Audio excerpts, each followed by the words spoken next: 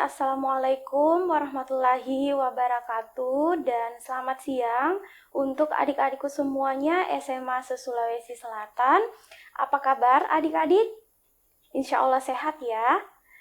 Tak lupa pula yang terhormat Bapak Ibu Guru yang selalu senantiasa mendampingi adik-adik kita dalam proses pembelajaran. Semoga kita semuanya selalu dalam keadaan sehat dan selalu dalam lindungan Tuhan Yang Maha Esa. Amin.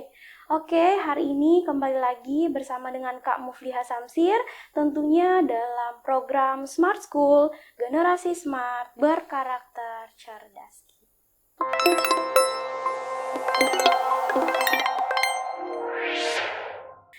Jika indah mengajar seni, apabila mason bermain video. Nah, kata kuncinya lagi nih, apabila posisinya di mana adik-adikku semua ya? Di tengah. Berarti boleh dong di sini dibalik. Mason bermain piano, ada video. Bermain piano adalah P, indah mengajar seni adalah Q. Jika Jen menyusun buku adalah R ya, berarti Kenzo merencanakan liburan. Ada nggak yang sama ya? Nggak ada ya. PRS. Nah, PQRS. Lanjut, Kenzo tidak merencanakan liburan. Nah, ini lagi nih, berarti ini juga termasuk dalam penarikan kesimpulan dilema karena memiliki 3 premis. Kenzo tidak merencanakan liburan, berarti negasi S. Nah, ingat jika makanya posisinya di tengah, berarti harus dibalik. Yang tadi ini tidak dibalik yang kedua ya. Mason tidak bermain piano. Tidak bermain piano berarti negasi apa? Negasi P. Oke, kita tulis dulu simbolnya supaya tambah paham. Jika P, maka Q. Nah, jika R, maka S. Nah, lanjut lagi. Kita balik ini yang terakhir ya. Negasi P, maka apalagi negasi S. Ingat, ada 3 premis. Berarti penarikan kesimpulannya masih sama tadi, yaitu apa? Dilema. Nah, untuk soalnya kakak di pertemuan terakhir ini memang kakak membuat soal yang 2 kali untuk setiap soal supaya adik-adik bisa tambah lebih memahami ya dalam mengerjakan setiap soal-soal yang kakak berikan. Oke, kita lihat langsung, berarti ini adalah penarikan kesimpulan dilema. Yang mana yang ketiganya ini tidak sama. Berarti tadi caranya adalah yang mana yang miripnya? Yang miripnya adalah yang nomor 4. Maka kita harus nanti rubah ini ke dalam bentuk notasi atau. Nah, fokus ya.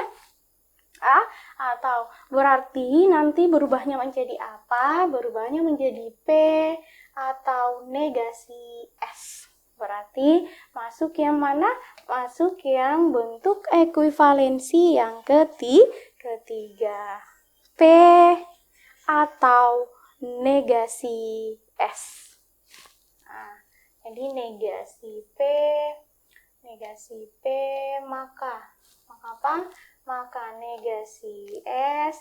Ini lagi kalau rubah bentuknya berarti P atau negasi S. Sudah sesuai ya? Oke, kita lihat langsung. Berarti yang digunakan yang ini ya, karena ini yang sudah diekuivalensikan dan sesuai dalam penarikan kesimpulan dilema. Oke, kita lihat yang mana yang sama. Yang sama P boleh dihapus. Apalagi yang sama S boleh dihapus. Yang ini karena pakai negasi, otomatis yang sampingnya harus menggunakan negasi. Oke, kita tulis kesimpulannya. Negasi R, maka Q. Lihat yang ini ya. Dengan Q. Nah, itu. Oke, dapat. Berarti negasi P, maka jika negasi P, maka Q. Ada nggak di kesimpulan? P-nya tadi itu adalah mason tidak bermain piano. Jika mason tidak bermain piano, jika mason apabila ya indah. Berarti sudah pasti ini harus diekuivalenkan lagi karena di setiap opsi tidak ada yang persis sama pada jawaban kesimpulan yang didapat. Oke ya adik-adikku, sejauh ini paham ya? Jadi jika P maka Q, P-nya tadi adalah mason bermain piano, tidak ada yang sesuai. Jadi kalau kita bahasakan secara keseluruhan untuk negasi P maka Q, jika mason ya, jika mason tidak bermain piano, maka Indah mengajar seni. Jadi ini ya kesimpulan yang didapatkan. P-nya bukan si R ya, maaf. R ya, mohon maaf, R bukan P ya. R, sorry. R-nya mana ya? R ya. R yang ini ya. Jen menyusun buku, berarti harusnya Jen tidak menyusun buku, ada nggak? Si Jen tidak menyusun buku, ketika Jen tidak menyusun buku, nggak ada, berarti harus ekuivalenkan. Nah, perhatikan di jawaban masing-masing opsinya kebanyakan menggunakan apa?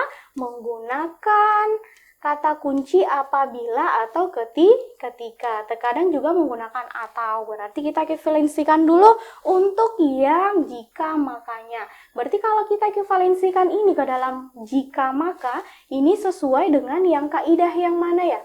Dalam bentuk ekuivalensi. Coba kita lihat negasi R maka Q. Nah, negasi R maka Q. Berarti ini boleh ya. Boleh kita tulis negasi P maka Q. Berarti nanti ekuivalensinya dia seperti apa? Yang pertama boleh jadi nanti dia P atau Q. Itu yang pertama ya. Yang kedua ekuivalensinya boleh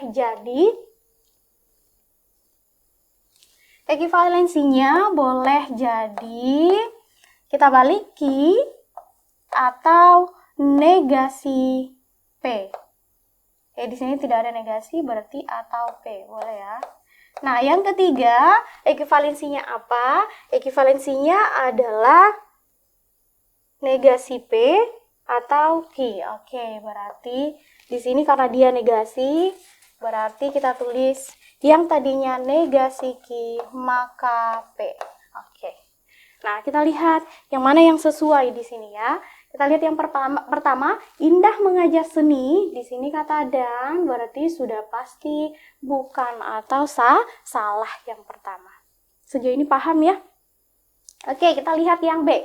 Apabila Indah mengajar seni, maka Jen menyusun buku. Ada nggak? Apabila Indah mengajar seni, di sini Indah mengajar seni adalah Q, maka tidak ya. Harusnya dia menggunakan kata tidak di sini supaya dia sesuai dengan kaidah yang ekuivalensi nomor 4. Oke ya, berarti salah juga. Jadi salah. Apabila Indah mengajar seni, nah apabila Indah mengajar seni, ada nggak? Apabila Indah mengajar seni, maka Jen tidak menyusun buku. Kalau Jen tidak menyusun buku, berarti negasi R. Nah, di sini kita ganti sikinya tadi adalah negasi R ya, sorry. Lupa kakak. Nah, sikinya ini kita ganti jadi R ya, sorry.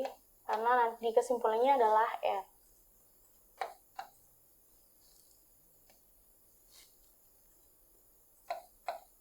Nah, berarti jawabannya yang mana? Ketika Indah tidak mengajar seni, maka Jen tidak menyusun buku. Ingat tadi, untuk penarikan kesimpulannya boleh menggunakan kata atau. Nah, berarti jawabannya adalah Indah mengajar seni atau Jen menyusun buku. Berarti dia sesuai dengan kaidah yang nomor 2 atau nomor 4. Jadi, ekuivalensi yang cocok adalah jika mengajar seni atau menyusun buku. Error ya, sorry. Jadi sudah dapat jawabannya ya. Indah mengajar seni atau Jen menyusun buku. Jadi boleh jadi nih kesimpulannya adalah jika P atau R, boleh jadi juga R atau P, sama aja ya. Sudah dapat adik-adikku semuanya? Paham ya? Jadi memang kakak sengaja memasukkan soal-soal gabungan ya di sini supaya kita terbiasa dalam mengekuivalenkan, karena memang dalam materi ekuivalensi itu patut untuk kita lebih memahaminya secara optimal, karena memang dalam setiap opsi ada beberapa soal atau pernyataan yang sama tetapi ternyata jawabannya tidak persis pada kesimpulan yang harus didapat. Nah, berarti ingat tadi ini ya. Jawabannya adalah Indah mengajar seni atau Jen menyusun buku. Nah, kita menggunakan yang kedua.